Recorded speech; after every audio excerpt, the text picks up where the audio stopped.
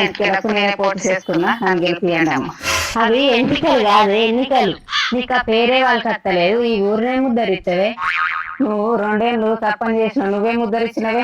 నువ్వేమన్నా తక్కువనా? 4 సార్లు గెలిపి నల్ల నీళ్ళని ఇయ్యపోతే ఏ మొహం పెట్టుకొని ఓట్లు అడుగుతున్నవే? రాపురే మాజీ సర్పంచ్ పీజీ చేసిన గెలిపిద్దా నన్ను గెలిపిస్తారు, మిమ్మల్ని గెలిపిస్తారు. ఏందిరా మళ్ళీ మీసం పెరగగానే మీరు పెరిగిందారా? నాకెదురు తిరగబడుతుంది. అపోజిట్ లో ఉన్నా కాబట్టి అనిమని ఉంటున్నా.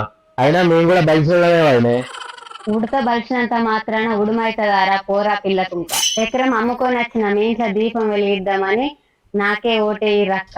2 రోజుల నుంచి వీధి దీపాలకే దిక్కులేదు. ఇంట్లో దీపాలు ఏం వెలిగిస్తారమ్మా? ఇక అది పబ్లిక్ అంటే చదువుకున్న ఊళ్ళో జాబ్ కూడా చెప్తున్నా. మీ ఓటు నాకే వేయరమ్మా. అయినా వీళ్ళకు జాబుతోటి ఏం పని, జేబుతోటే కదా పని. పైసలు ఇచ్చినోనికే పదవి, ఓటు ఇచ్చినోనికే ఓటు. అంతే కదా అక్క? మీకు ఓట్లు కావాలంటే నాకే ఓట్లు వేయరు అక్క. మీరే మిరియాలు నూరుకోబడుతుంది. ఓటు చూటు కడ పడుతుందా?